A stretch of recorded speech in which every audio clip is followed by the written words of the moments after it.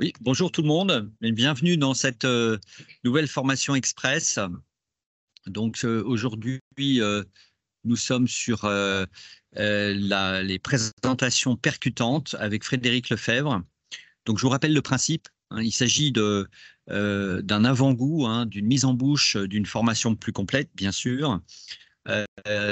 Frédéric va vous présenter sa formation pendant 20 minutes et puis on répondra à vos questions pendant les 10 minutes restantes. Nous avons d'autres formations prévues sur d'autres sujets dans le mois qui vient et dans les semaines qui viennent. Sur donc l'assurance sur la DDA, c'est une formation métier, on va dire. Également sur les dispositifs pédagogiques innovants. Et enfin, à nouveau, Frédéric, sur Excel pour les RH, qui fait partie de nos best-of. Écoutez, n'hésitez pas à poser vos questions via le chat, hein. On est là pour échanger, même si c'est court. On se retrouve dans 20 minutes après la présentation pour les questions-réponses. À toi la parole, Frédéric. Merci. Bonjour à tous. Alors, je vais commencer par vous parler un petit peu du programme potentiel de ce type de formation qui est très modulable. Je vais vous en parler un petit peu. Donc, globalement, c'est un type de formation qui s'adresse à tout public. On n'est pas obligé d'être expert en PowerPoint pour la suivre. Ça, c'est le premier point. Deuxième point, au niveau des prérequis, du coup, ça va de soi. Même si on est un tout petit peu débutant sur PowerPoint, on peut trouver des choses dans ce type de formation. Et puis, justement, en termes d'objectifs, tout est dans le titre. Aujourd'hui, c'est rare d'avoir une réunion sans avoir un PowerPoint adossé. Donc, l'objectif, c'est vraiment d'être pertinent et percutant lors de cette présentation. Et enfin, je termine avec les modalités et la durée. Donc là, c'est extrêmement, je vous disais, modulable. Donc ça peut se faire en distanciel, ça peut se faire en présentiel, ça peut se faire sur des sessions d'1 heure, d'1 heure et demie, 2 heures. Enfin bon, c'est très variable. Et là, on fait un petit peu d'ingénierie pédagogique pour composer un programme vraiment sur mesure en fonction de vos besoins. Alors, sur le sujet en particulier, d'ailleurs, je crois, Raphaël, tu es où Tu es situé où? Rappelle-moi. Je suis à Aix-en-Provence. C'est marrant parce que c'est ces commerciaux qui se dégotent des nouveaux clients dès que le printemps arrive quand même, dans le sud de la France toujours. C'est très bizarre. Enfin bon, passons. C'est un métier, Frédéric, c'est un métier. Oui, mais je vois ça. Mais tu es un expert en la matière, je vois. Donc, on va poursuivre. Alors, ce type de présentation, de formation, ça va couvrir, et c'est toute la difficulté, ça va couvrir potentiellement 4 axes de compétences. Alors, rassurez-vous, je vais passer en mode démo juste après, pour vous montrer quelques trucs et astuces sur l'outil. Mais simplement pour expliquer un peu le programme. Donc, quand je vous parlais de 4 axes de compétences, il y a évidemment, quand vous créez une présentation PowerPoint, un axe rédactionnel. Donc, c'est le contenu en lui-même. Donc, ce que vous allez devoir faire passer comme information. Le deuxième axe de compétences, c'est la technique outil, donc avec des trucs et astuces parmi lesquels celles qu'on va voir entre nous ici. La communication, donc là, ça va être vraiment comment on va mettre en valeur les messages qu'on aura identifiés lors de la phase de réflexion. Et enfin, le dernier axe de compétences, c'est qu'en général, les PowerPoint, vous les animez au cours d'une réunion. Donc, il y a le côté art oratoire. Alors, la formation en tant que telle n'a pas forcément la prétention de couvrir ces 4 axes, mais vous pouvez avoir autour de cette formation des formations complémentaires, spécifiquement dans l'art oratoire ou spécifiquement sur la qualité rédactionnelle. Donc voilà pour la partie un petit peu théorique. Donc maintenant, on va rentrer un petit peu dans le vif du sujet. Alors vous allez voir, il y a une connotation assez bucolique dans la présentation. On est au printemps. C'est un petit hommage à Raphaël, donc, qui est parti dans le sud, forcément. Donc on va voir ça ensemble. Alors voilà le sommaire du jour. Donc, je vais vous parler un petit peu couvrir un peu ces 4 axes de compétences que je viens d'évoquer, notamment sur la partie rédactionnelle. Alors, on va passer rapidement dessus, mais lorsque vous créez une présentation PowerPoint de zéro, il faut quand même construire un contenu. Et ce qui est, j'allais dire, très, très à la mode en ce moment, c'est le mind mapping. Il faut savoir que les élèves au collège, ils apprennent ça, ils apprennent le mind mapping. Donc, c'est une façon de structurer l'information. Et ça marche aussi pour des présentations PowerPoint. Donc, vous avez des outils. Alors, dans les entreprises, il y a des outils qui sont plus ou moins référencés. Il y a des outils qui sont plus ou moins utilisés. Il y a des outils qui sont plus ou moins référencés. Et puis, il y a des outils qui sont plus ou moins utilisés. Donc, il faut savoir que les élèves au collège, ils apprennent ça, ils apprennent le mind mapping. Donc, c'est une façon de structurer l'information. Et ça marche aussi pour des présentations PowerPoint. Donc, vous avez des outils. Alors, dans les entreprises, il y a des outils qui sont plus ou moins référencés. On peut citer Gitmind, par exemple, qui est un des outils online qui permet de créer des mind maps. Et un autre outil qui est très connu, alors qui sert au-delà du mind mapping, c'est Canva. Donc Canva permet de faire justement des cartes mentales qui permettent de structurer en fait l'information. Donc ça, c'est vraiment spécifique, mais ça peut être aussi intéressant dans la genèse de votre PowerPoint. Voilà pour ce premier point. Alors maintenant, on va parler de l'outil, donc l'axe technique, et comment on va pouvoir mettre en valeur un petit peu tous les messages qu'on aura identifiés lors de cette première phase. Alors là, je vais passer en mode démonstration pour vous montrer tout ça. Hop. Donc, on va ouvrir l'outil. Et du coup, alors là, pareil, je suis dans le thème, je suis désolé, mais bon, on va rester là-dedans. Là, j'ai une petite zone de texte très simple que j'ai créée avec quatre points.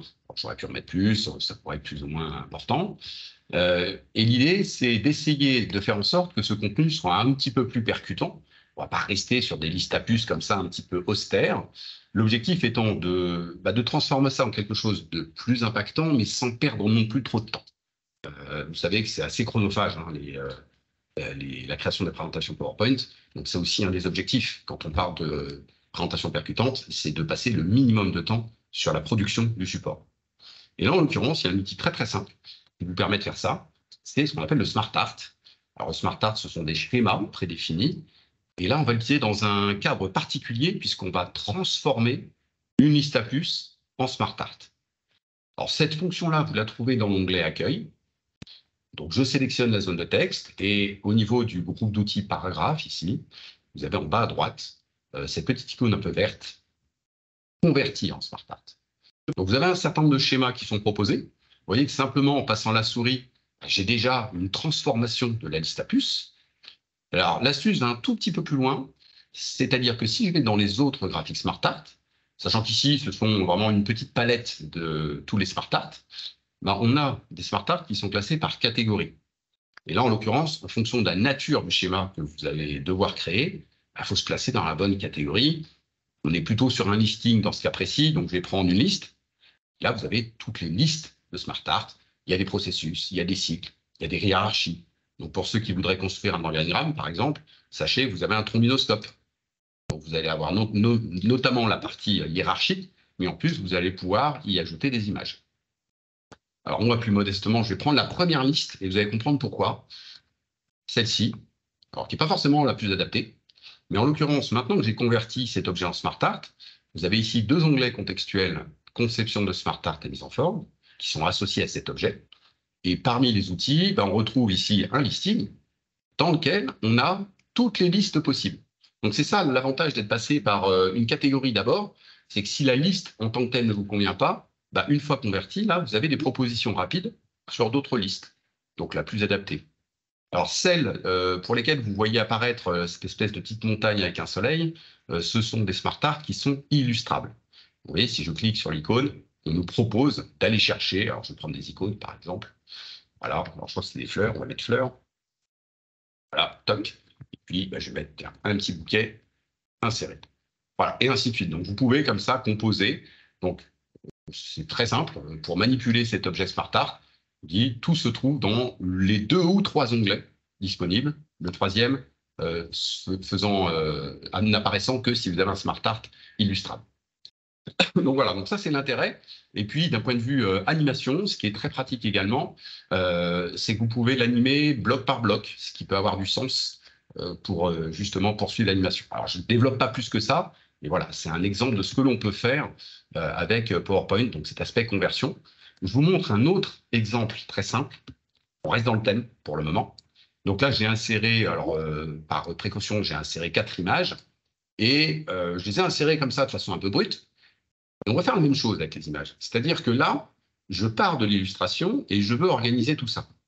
Donc, j'insère mes images. La plupart des utilisateurs vont repositionner les images, les redimensionner, etc., les aligner et perdre beaucoup de temps. Là aussi, vous avez une astuce, c'est que je vais sélectionner ces 4 images sans essayer de les répartir. Et dans l'onglet associé format d'image, vous allez retrouver exactement la même fonction, disposition d'image. Et vous allez reconnaître, en fait, il s'agit de Smart Art. Donc, vous voyez qu'immédiatement, il m'organise les éléments. Toc. Donc, au sein d'un Smart Art. Donc, l'intérêt, c'est que là, j'ai gagné du temps parce que là, c'est déjà un peu plus joli. J'ai pas eu besoin de répartir, d'aligner les objets. Par contre, vous allez me dire, oui, mais c'est pas forcément l'ordre dans lequel je souhaite les mettre. Et là, je n'ai pas développé tout à l'heure, mais vous avez la possibilité dans Conception de Smart Art de dire, bah tiens, cette idée-là, donc cette image-là, j'aimerais qu'elle soit avant. On va utiliser les boutons monter ou descendre. Vous voyez, ça vous permet de réorganiser l'ordre de vos idées très facilement. Évidemment, il a associé une zone de texte, donc là, vous avez juste à accompagner le texte. Et pour vous montrer, je vais mettre un petit ABC, très simple pour vous montrer ça. Voilà. Et une des fonctions intéressantes en termes d'animation, ce que je vous évoquais, c'est que c'est assez chronophage en général d'animer des objets, mais pas pour un smart art. Un smart art, quand vous l'animez, hop, vous avez un certain nombre d'effets d'animation. Je vais prendre le balayer. Là, il me balaye l'ensemble du smart art, mais dans la qualité de l'animation, si vous voulez vraiment imposer un rythme à votre auditoire, l'idée, ça serait de faire apparaître les blocs les uns après les autres. Et ça se fait facilement via les options de l'effet choisi, puisqu'il vous propose un séquençage. Donc là, il me dit bah, un par un, ou niveau immédiatement. Si c'est un par un, vous voyez que là, même si ça vous paraît automatique, si je diffusais la présentation, je vais le faire d'ailleurs, c'est bien moi qui pilote. On va d'abord parler de ça. Maintenant, on va parler de ça.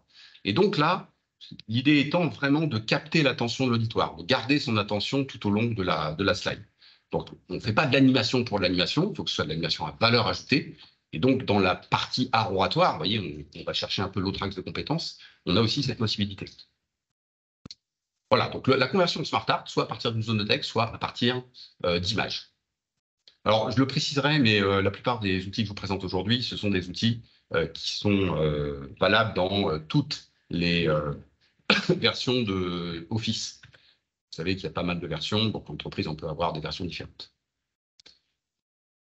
Un autre outil que je vais vous présenter, c'est un effet, un petit effet qu'on appelle l'effet morphose. Alors, c'est quoi l'effet morphose? C'est une transformation très rapide, une animation très rapide. Vous allez voir là aussi à valeur ajoutée. Je vais vous montrer ça. Donc, on va se positionner là-dessus. J'ai préparé un peu le terrain. Donc là, j'ai 4 images. Alors, il faut imaginer, et je vais vous montrer un exemple plus concret tout à l'heure, qu'on peut faire ça avec tout type d'objets. Et l'objectif, c'est de mettre en valeur un des objets par rapport à l'autre. Donc, petit raccourci en passant, quand vous voulez dupliquer une diapo, je vais agrandir ça, dupliquer une diapo, c'est très simple. Vous cliquez dessus, dans la partie gauche, et CTRL-D, comme dupliquer. Vous voyez que ça a pour effet de dupliquer la diapo. Et dans ce duplicata, ce que je vais faire, c'est que je vais tout simplement diminuer la taille de ces objets. Tac, c'est-à-dire je les mets un peu en retrait. Je vais les déplacer également. Alors, je vais les coller, on va les mettre à peu près comme ça, voilà. Donc, je fais ça un peu grossièrement pour vous montrer. Donc, vous voyez, là, c'est simplement du déplacement, redimensionnement d'objets, à peine plus. Je vais juste prendre celui-ci parce que c'est lui que je veux mettre en valeur. On va l'agrandir un petit peu. Voilà, tac. Et puis, potentiellement, allez, on va faire un petit changement de couleur. Allez, on est dans le psychédélique un petit peu. Maintenant, je vais appliquer ce fameux effet morphose, qui est un effet de transition. Donc, un effet de transition, c'est la façon dont va apparaître la diapo suivante. Donc, comment on passe de là à là? En faisant cette transition qui s'appelle morphose, qui est assez récente, 2016 au niveau des versions officielles. Et donc, je vais déclencher l'aperçu pour que vous puissiez voir à quoi ça correspond, mais vous allez le voir assez rapidement. Oui. Et pourtant, j'ai fait aucun effet, j'ai pas animé les objets. C'est-à-dire que lui, il a converti notamment en direction, vous voyez, qui convertit tout ce qui est redimensionnement, repositionnement ou recoloration, il le convertit, lui, en mouvement. Donc, je vous montrerai un exemple un peu plus concret tout à l'heure, mais c'est ça la morphose. C'est l'idée de se dire que on a un point de départ, on va dupliquer la diapo, on va positionner, redimensionner, colorier les objets, et que lui, avec un simple clic, il va traduire cette espèce de mouvement. Donc ça, c'est un effet qui est dit 2016, donc c'est pas si récent que ça, mais ça marche pas mal. Autre outil qui peut être intéressant et qui peut dynamiser vos présentations, ce qui va faire la différence aussi dans l'art oratoire, c'est l'alternance des médias. Et ça peut être très intéressant de proposer un petit tuto vidéo dans vos présentations PowerPoint. Donc vous rythmez votre intervention, entre autres, avec ces enregistrements vidéo.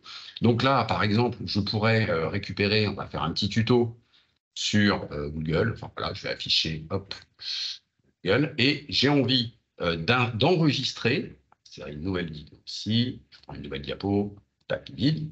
J'ai envie d'insérer un tuto sur Google, parce que je dis comment aller chercher des images sur Google, par exemple.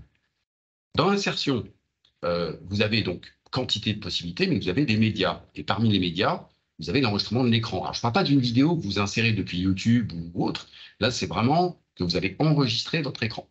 Donc, l'outil est désormais intégré. Il y a des outils tierces qu'on peut utiliser, mais vous l'avez déjà dans PowerPoint. Donc, si vous l'enregistrez, vous voyez qu'il va vous demander 3 choses. La zone enregistrée, qui peut être partielle ou qui peut être totale. Donc, c'est vous qui déterminez la surface écran que vous enregistrez. Ensuite, vous déterminez si le son de votre voix est enregistré ou pas. Je ne vais pas le faire ici. Et vous déterminez si les mouvements de vos pointeurs sont enregistrés ou pas. Là, je vais le laisser. Alors, je vais déclencher. Vous allez voir, on va faire une petite recherche très simple sur Google.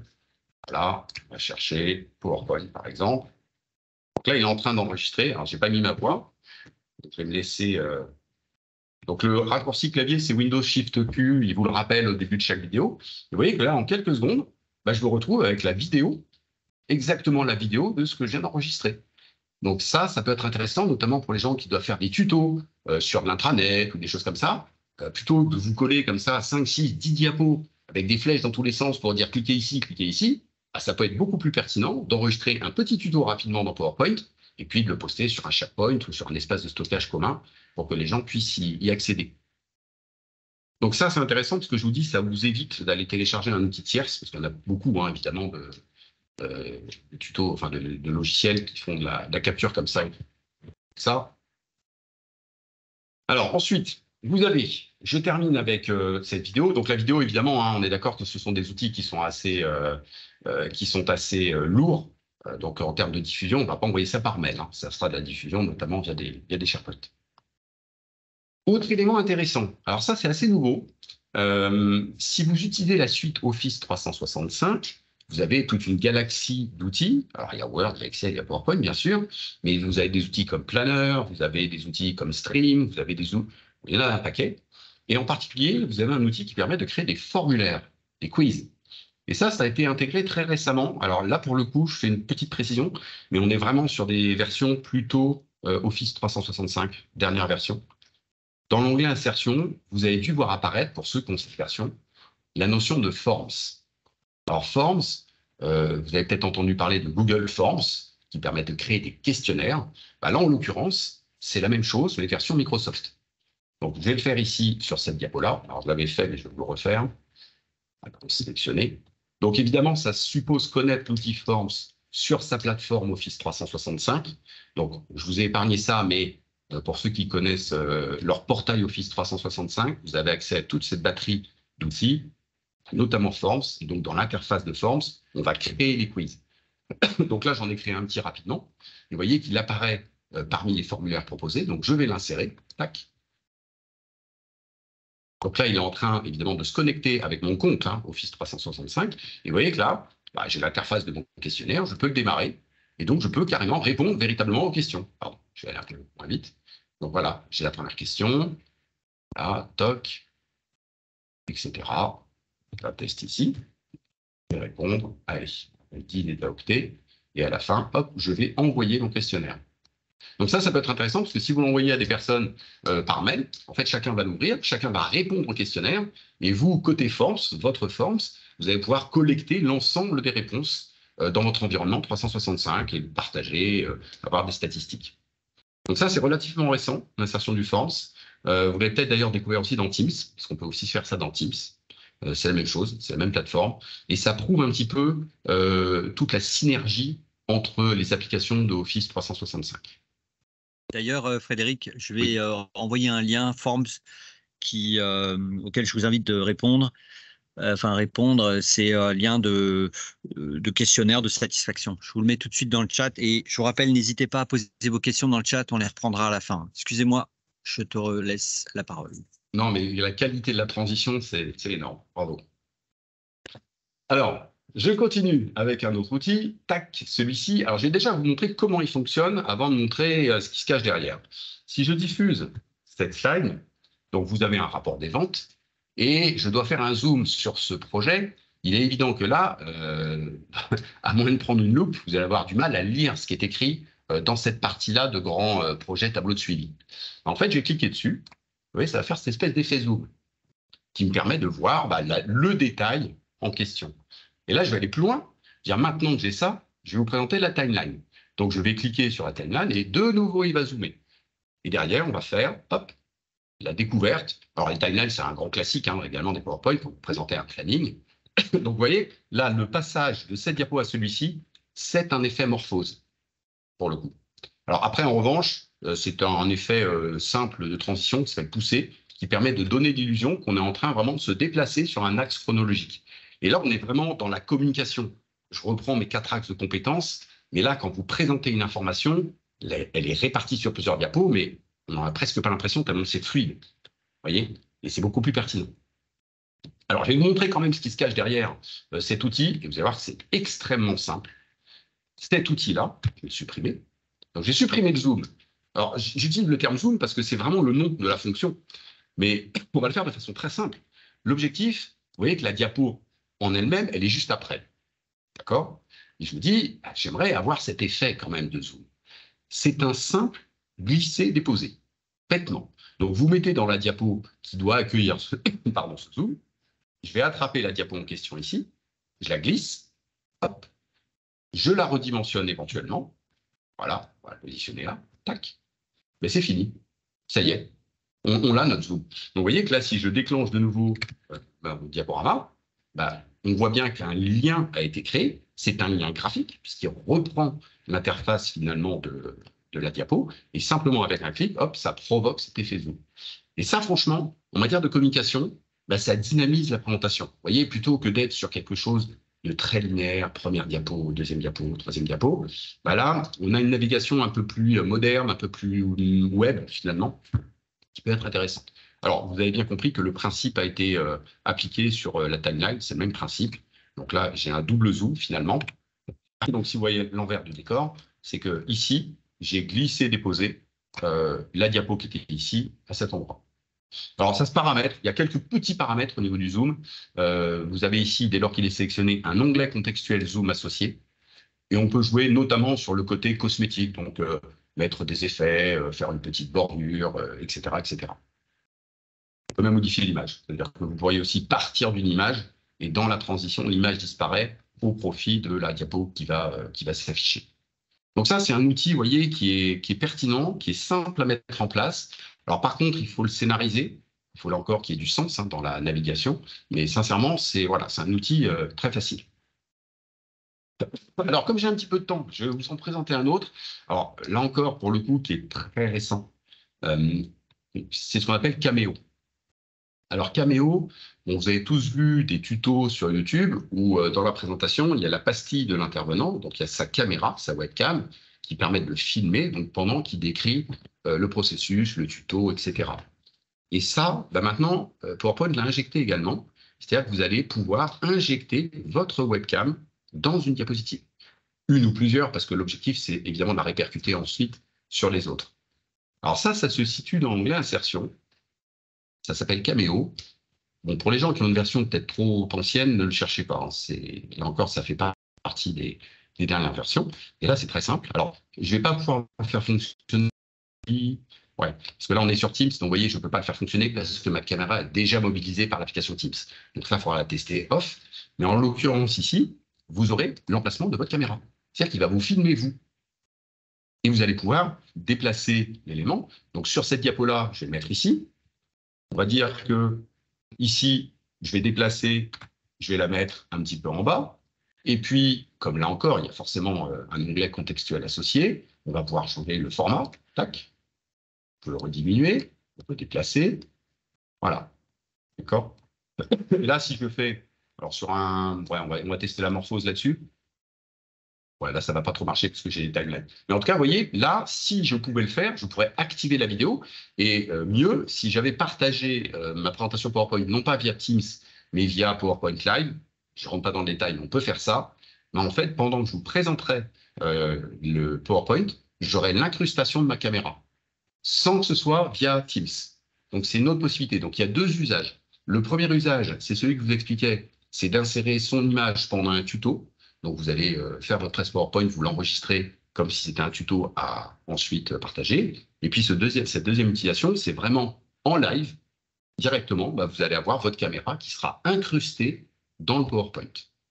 Ça, c'est aussi un outil qui est intéressant parce que là encore, c'est l'axe de compétences art oratoire. Ça permet d'apporter un peu d'humanité finalement à la présentation. Voilà. Donc voilà pour quelques outils. Donc vous avez vu, certains sont plus récents que d'autres, mais ça, vraiment, ça va donner un peu plus de pertinence à vos présentations. Alors, je repose la question à Raphaël. Je ne sais pas s'il y a des questions qui ont été posées.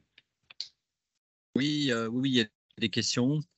Je vois qu'il y a des participants qui se connectent encore. Alors, on a plusieurs questions. Alors, attends. Hop. Cameo, c'est où est-ce que tu peux le trouver, Cameo, Alors, si vous êtes sur la bonne version, parce qu'encore une fois, c'est une fonction qui est très récente, on va le trouver dans Insertion, tout au bout de la barre d'outils Insertion. Alors, attention, je ne sais pas si tu vois là, Raphaël, mais derrière toi, tu as oublié de cacher il y a ton spritz qui dépasse et tes tongs. Donc, si tu pouvais les enlever, s'il te plaît. Oui, j'ai eu une déconnexion, désolé. Ah oui, c'est ça. Donc, quel était le nom du dernier outil? Donc, Cameo, mais ça s'écrit comment? Vous l'avez ici à l'écran, c'est C-A-M-E-O. Merci. Donc, on me demandait la version. Hein. On est bien d'accord que tout ce que tu présentes, effet morphose, caméo, etc., c'est sur la version Office 365 ou il y en a quand même quelques-uns qui sont encore dispo sur 2016? Alors, si on parle de l'effet morphose, on peut reculer jusqu'à 2016, donc c'est quand même assez ancien déjà à l'échelle de l'informatique. Si on parle de la conversion des smart art, là, c'est quasiment toute version. Enfin, quasiment toute version, donc on peut reculer dans le temps aussi. Parmi les nouveautés, Cameo, oui, c'est assez récent, et Forms, c'est également assez récent. Donc là, on est plutôt sur des versions 365, on va dire à partir de 2021, souvent, notamment pour Cameo. Bon, on a beaucoup de remerciements. La version PowerPoint à nouveau. Alors, j'ai une question. Bonjour. Donc, pour la réalisation de présentations à destination de la clientèle, je réutilise souvent des éléments et notamment du texte. Y a-t-il une astuce pour copier, coller du texte et l'agrandir sans qu'il y ait de décalage des éléments? Mise à l'échelle automatique. Alors, c'est très difficile de faire une réponse rapide parce que ça dépend de la qualité de la source, la nature de la source et de la nature du collage. Donc, quand on fait des copier-coller, souvent il y a des collages spéciaux, donc clic droit, collage spécial, qui permet d'être un petit peu plus fin dans le collage. Par exemple, ne récupérer que le texte pour éviter justement de récupérer la mise en forme, le texte, la position, etc., etc. Donc, je ne peux pas donner une réponse rapide, mais le collage spécial, ça peut déjà être une première solution pour limiter la casse. Mais là encore, ça dépend vraiment de la qualité de la source. Oui, est-ce que tu peux également nous rappeler comment déclencher la fonctionnalité Zoom?